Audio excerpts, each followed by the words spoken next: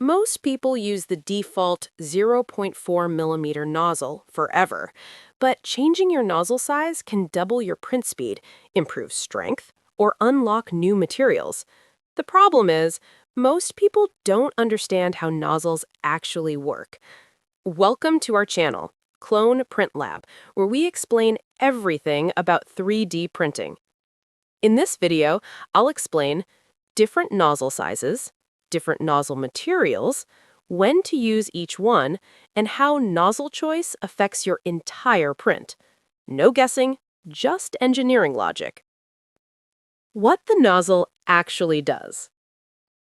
The nozzle is not just a hole. It controls line width, flow rate, pressure, and print resolution. Think of it as a flow restriction device. Smaller nozzle, higher resistance. Larger nozzle, lower resistance. This directly affects extrusion pressure, print speed, and detail level. Nozzle size explained. 0.2 millimeter nozzle. Very high detail, smooth small features, very slow. Use for miniatures, fine details. 0.4 millimeter nozzle. Standard. Balanced performance. Good detail plus reasonable speed.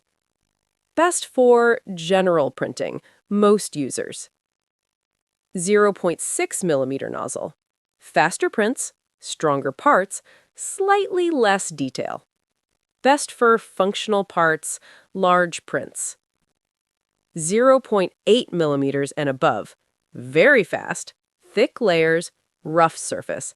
Best for structural parts, prototyping. Nozzle size versus layer height. Rule of thumb. Layer height equals 25 to 75% of nozzle diameter. Examples: 0.4 nozzle to 0.1 to 0.3 millimeter layer height, 0.6 nozzle to 0.15 to 0.45 millimeters. Too small? Poor extrusion consistency. Too large? Weak layer bonding. Nozzle materials. Brass nozzles. Best heat conductivity. Cheap. Wears quickly. Use for PLA, PETG, standard filaments. Hardened steel nozzles. Very durable. Handles abrasive filaments. Downside: lower heat transfer. Needs higher temperature. Use for carbon fiber, glow filament, wood filament. Coated/specialty nozzles. Combine durability and conductivity. More expensive. Use for advanced users. How nozzle size affects print behavior. Larger nozzle. Lower pressure, less clogging, stronger layers, faster prints. Smaller nozzle. Higher pressure, more clog risk, better detail, slower. This is a trade-off between precision and throughput. Common mistakes. Using 0.2 nozzle without slowing down, using hardened steel without raising temperature, expecting perfect detail from 0.8 millimeter nozzle, not adjusting slicer settings after changing the nozzle. Changing nozzle equals changing the entire system. When you should change nozzle.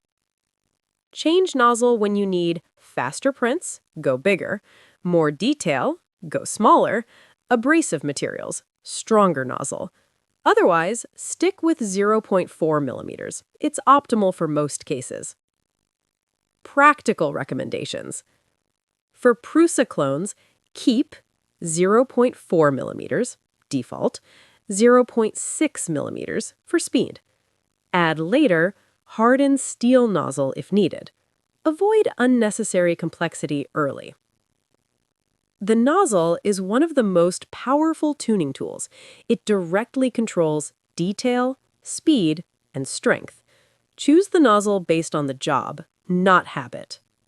If you found this video useful, please like and subscribe to our channel, Clone Print Lab.